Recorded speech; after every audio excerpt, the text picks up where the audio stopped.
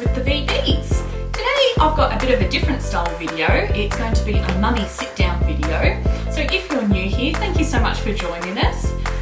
My name's Jess. I make videos that are about real life and motherhood, and today I'm going to be sharing with you some survival tips if you have a reflux baby.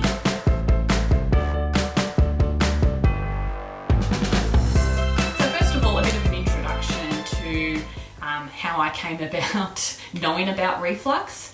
I have a gorgeous boy. His name's Finn. He's 18 months of age, and I am so incredibly pleased to say that he is no longer suffering from reflux.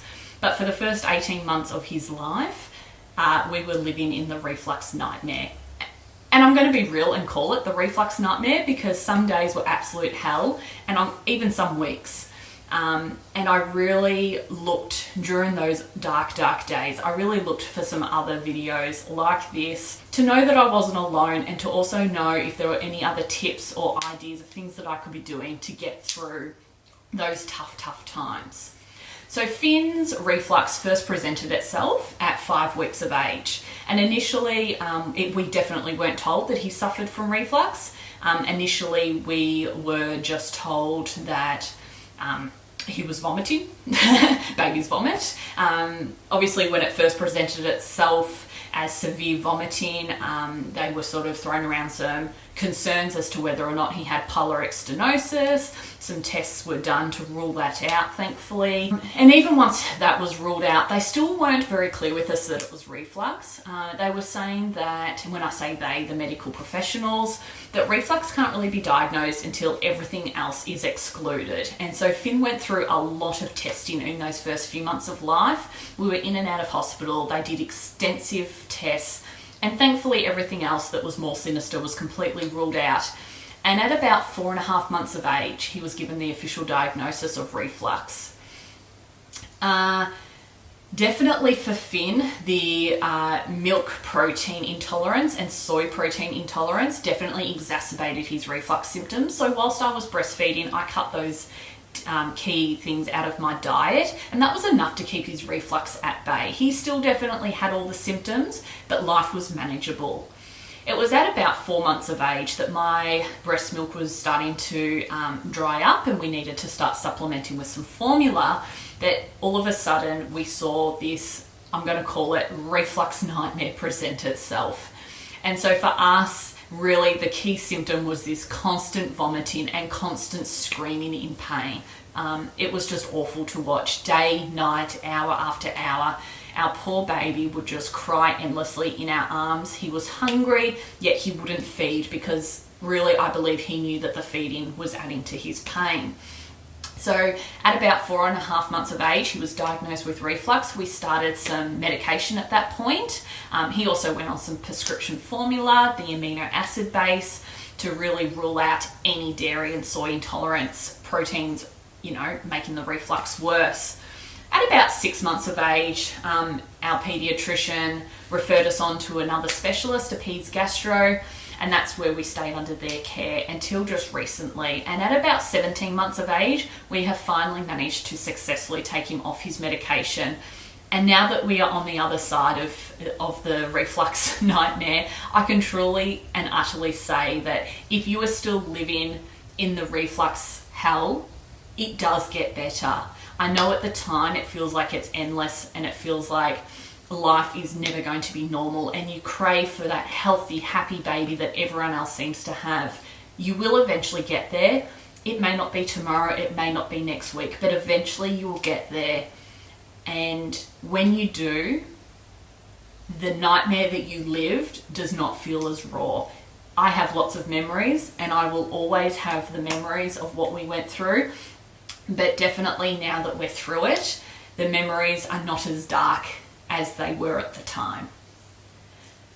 So today I'm going to share really some tips and tricks that we learnt to get through successfully. I'm really proud that Aaron and I managed to successfully get through parenting a reflux baby, and I feel like we got through it well as a team. I think there were some challenges, there were some dark days, but overall, Aaron and I stayed strong. Our mental health, although at times it definitely suffered.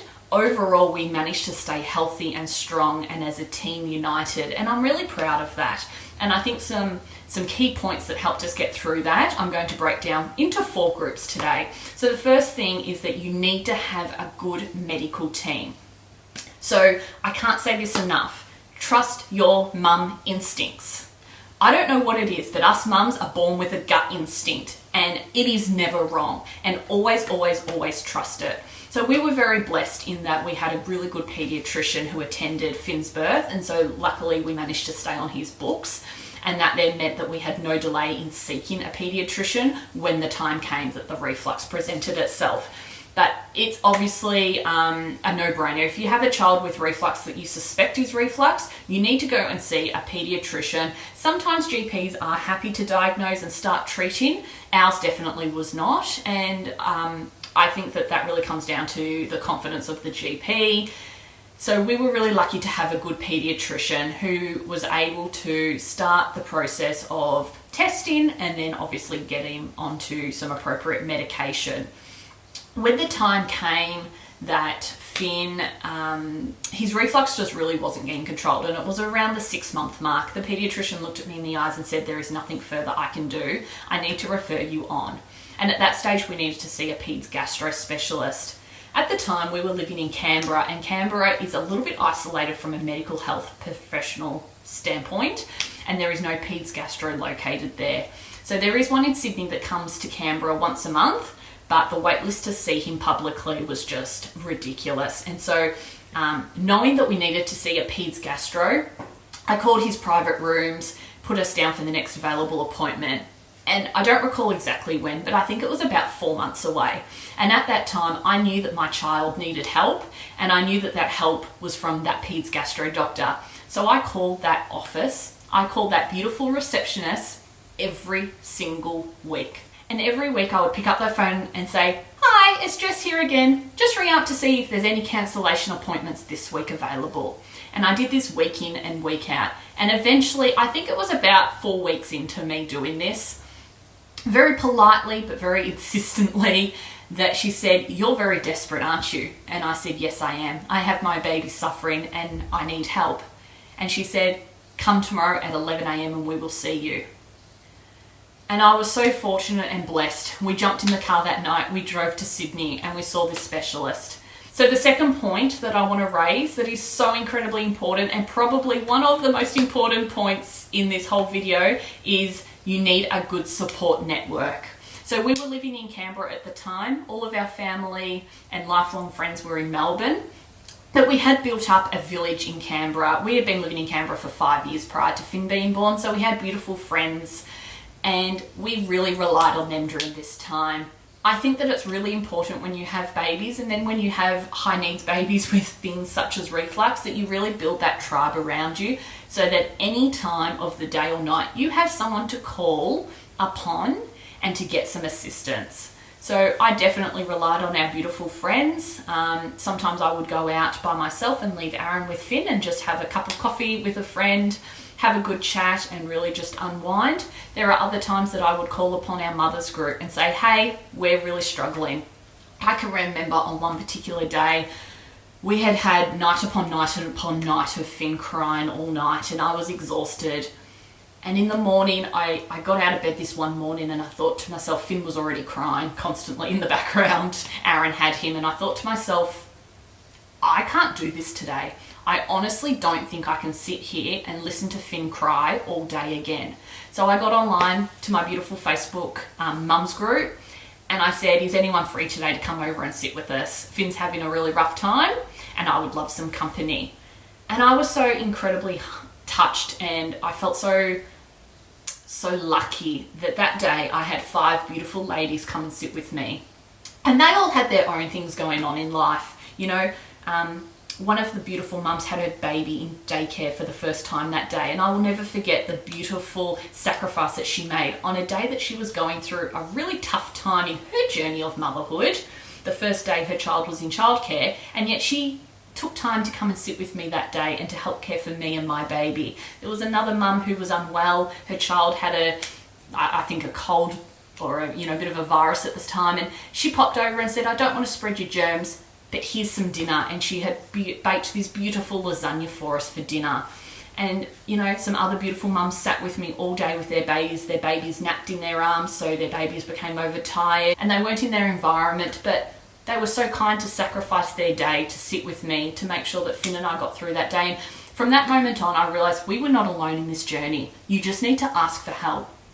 You need to put your pride aside and you need to put your hand up and say, hey, I'm struggling a little bit. Can I have some help? And there's no shame in asking for help. The third point that I want to talk about is self-care. It is really important for mums and dads to really prioritise their self-care. And I think that this is the key reason why Aaron and I managed to stay strong and to ensure that we had good mental health throughout this, is the fact that regularly Aaron and I would sit down and touch base with each other and say, hey, how are you doing? What do you need this weekend for self-care? And so during the week, it was obviously a bit more challenging. Aaron was at work, very long hours, but in the morning, he would quite often take Finn either out for a walk or he'd go play with him for half an hour and just give me that half an hour of time to either get ready, have some breakfast by myself, uninterrupted, and just give those little snippets of self-care moments. And then on the weekend, Aaron and I would always plan out what each other was going to do for self-care. So for Aaron, it may have been that he was going to go and play baseball for a few hours on the Saturday. For me, it may have been that I would go to the shops by myself and do the groceries alone. And although that's still doing a household chore, for me, that was a bit of self-care because I had some alone time. Quite often, Aaron would take Finn out in the pram, walking, at the end of the day when I was really ready to pull out my hair, and that would just give me time to do some housework, to cook dinner by myself. And whenever they represented in the house, the feelings that I had when they left had gone. I wasn't pulling my hair out anymore. I wasn't feeling frustrated at my beautiful baby who had been crying all day and I just couldn't help him. So it is really incredibly important that you prioritize self-care, even though at the time you don't think that you have the time to do it. There is nothing more important. If the housework goes untouched because you're doing some self-care, that is so incredibly important. I promise you that housework will still be there in 2 hours' time. The last point that I want to touch on, the fourth point, is practical tips. And I think this is probably the most helpful for everyone because they're things that you can do. So for us, Finn being upright was the only way that he was able to be a little happy. So if he was in my arms, sitting in my lap, he was able to sometimes be comfortable. That's great. I spent a lot of my days with him just playing upright. This was obviously before he was able to sit up by himself, so he would sit in my lap playing and that was fine. But there are times in the day where I needed to do things, make myself some food, make him a bottle, hang up the load of washing, because obviously with a reflux baby, you have more washing coming out of your ears than you could ever imagine would happen. And so I used a couple of devices to really assist with him being able to sit up. Now, these are devices that are not recommended by physios from a physical development point of view. So the bumbo seat is obviously not recommended that babies are in them unsupervised, so I always had Finn right in front of me. But it just allowed me to have him sitting reasonably comfortable whilst I prepared whatever it is I needed to prepare without him in my arms all the time. This jumper, Finn absolutely loved it. As you can see, the smile on his face was enormous. Now, the physio said that it wasn't ideal for his gross motor development, so we really limited his time in it. But at the end of the day, you do what you do to survive. So Finn really struggled in the car seat. There were a number of months that he was just unable to be in the car seat without being really uncomfortable. There was something about the position that he was in where he would just constantly vomit in the car seat. There was one night that we had gone out to dinner, attempted to go out to dinner. It was our wedding anniversary. Aaron did suggest that it was a silly idea, but I was determined to go out and celebrate our anniversary. And so we went into Civic, and it's probably about a 10 to 15 minute drive.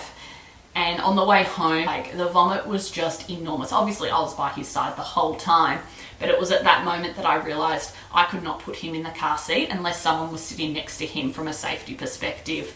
So from that moment on, I pretty much just took public transport wherever I was going so that I had him in the pram. I could have him in the carrier if he was being very unsettled, and we were very blessed to have a bus stop right outside our house. So it was very close, and I was very lucky that that's something that I know not everyone has at their doorstep, but we had it, and so I utilised it. And for quite a few months, I really caught the bus to most places, and I rarely put him in the car. Other things that I did during the constant hours of crying is that I went against something that I thought as a mum I would never do, and I utilised some screen time. And so I, going into motherhood, didn't want to expose my child to screen time until at least he was 1 year of age. I don't know why I chose 1 year of age. It was just this magic number I had in my head. And at the time that I realised I needed to utilise a bit of screen time for my own sanity, I felt quite negative towards myself that I was resorting to that. But looking back, I think at the end of the day, you do whatever it is you need to do. And I definitely, did a little bit of research into how I could reduce the negative impact of that screen time, making sure that we were using it as a bit of an interaction, that I was with him. I wasn't just plonking him in front of the TV and walking away. But at the end of the day, it just gave me little periods where Finn was a little more content and I could have a break from the crying and I could just regather my thoughts before we moved on. The other thing is baths. Finn absolutely loves water and loves baths. So at any time of the day or night, when things got too much for either of us, we would have a bath. And some days he had up to 3 baths a day, but that was the only happy time that he had sometimes. So if we spent an hour in the bath and I got to see my gorgeous boy smiling and laughing and playing, then that meant the world to me. And it just meant that it gave us some happy time. Sometimes we emptied the water out and refilled it with more warm water because the baths went for that long. So I hope that you've enjoyed this video, and I hope that it's given you a little bit of an insight into how me and my husband survived having a reflux baby. If you have absolutely any questions about surviving with a reflux baby or our journey, please feel free to comment down below and I will respond to everything. If you want to do it in a more private manner, head over to my Instagram account and I would be very happy to answer any private messages and really give any assistance that I can to any other mums. Please know that you are not alone. There are lots and lots of babies that suffer from reflux, and having a reflux baby can be the most isolating part of motherhood. But reach out to people, reach out to other mums who are going through it, reach out to your friends and family, because you will get through this, I promise, and when you get to the other side, life will be so much easier. Thank you so much for watching. I'll see you next time. Bye!